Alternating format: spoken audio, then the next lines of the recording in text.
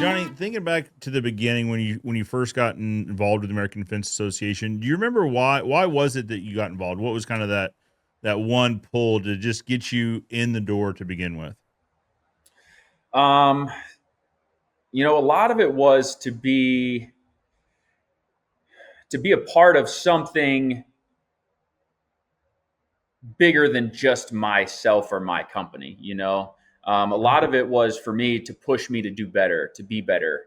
Uh, Okay. to see my competitors, to meet bigger companies, to network with different people.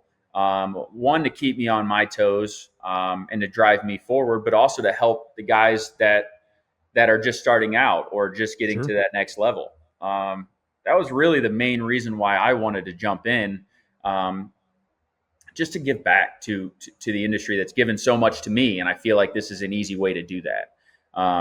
We do some of our own projects, here at Meyers Fence, that we try to help out with certain people in the community.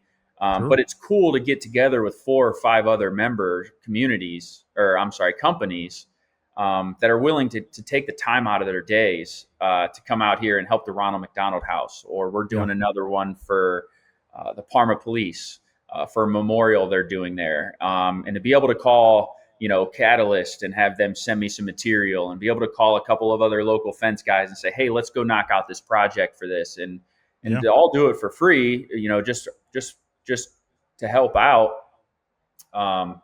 That's why I jumped in, to be Absolutely. around industry professionals, that are trying to drive the industry forward day in and day out. And I think it helps me. It helps me stay motivated, helps me get out of my funks. Sure. Sure. Um, it's and the few guys that I had in the friends in the industry, they really helped me out with that. I was having a bad day, whether it be oops or Yeah. the neighbors being a pain, for the fence that we're installing. It's nice to be able to call somebody else and laugh about it on the phone after such a serious conversation. Um, Yep. and I use the AFA for that. So I've made so many friends across the country. Matt Chirodana in Boston. Yeah. He's the president over there, for his local chapter, and he's one of my really good friends. We talk often, and a lot of the times I'm just calling a rant because I know he's been there before. You know what I mean? Yeah. Yeah. And Yeah. just even seeing him laugh at my woes helps me get through what I got going on. You bet.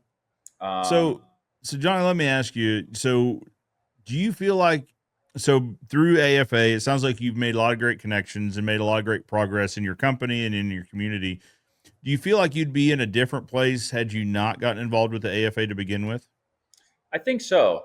Um, I think so. I think not only with the suppliers that I was able to meet, going to Fence Tech and people reaching out to me, just by being a part of the member directory, Sure. Yep. random emails of people trying to reach out and sell me fence. Um, Also, the friends that I made, I do. I do. There you go. Uh, So, and then also through the chapter, through your leadership, how do you feel like being a part of the chapter leadership itself has helped you as a contractor? Again, just pushing me to do better, to be better. Going and seeing somebody's shop and seeing how they have it organized, or um, hearing different installation methods and different successes and failures they've had over the years. Um, Keeping me on my toes with my social media posts, Sure. with all my fellow fence guys. Um, I feel like that's a good reason for me. Yeah. Um, I guess yeah, just going back to what I originally said, Yeah. just the networking, just the finding different suppliers. Pretty much it, Yeah. I'd say. Yeah. Absolutely. Yeah. Let's talk about the Ohio chapter itself. How many members plus or minus do you guys have? So I believe right now we have about 50-55 members. Okay. And we're trying to get to that next level. That 10% growth this year is my goal. Sure. Sure. So Absolutely. we'll see if we can find 5 to 10 more guys who want to jump on board. I think we got 3 this year so far.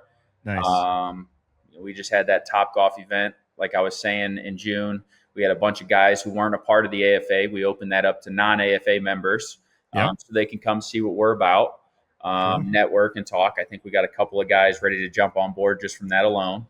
Nice. Um, and Well, then I think that's an important part. If we could pause right there and talking about, just because you're not a member of the chapter, you're generally welcome at the chapter events. yes, This isn't no one's checking membership cards at the door to make sure. If you're a fencing professional, you're welcome at these events. yes, and we want you to be a part of it. We want you to be a part of the industry, and want you to be a part of us. And sometimes it doesn't make sense for you to sign up for the AFA or to pay those dues, or you might not think you're going to get a lot out of it. But coming to these events, it kind of shows you. It gives us a platform to kind of show you what we get from it. We can talk. Uh, we can talk about it, we can conversate about it, and then we can also bring to the table, the different ideas that we have as far as like health insurance, or the discounts on payroll. Absolutely. The actual real reasons that you can put on paper of the benefits of joining, our chapter.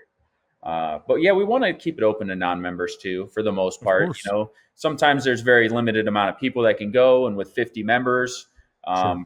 there's a lot of companies that are involved in that. So there's people that they're bringing 6 to 12 people. So there's some events that we have to limit it to Sure. AFA members, but yeah, if we can, we try by all means to have it open to everybody, Nice. just so they can see what we're about, and what the potential is for them too.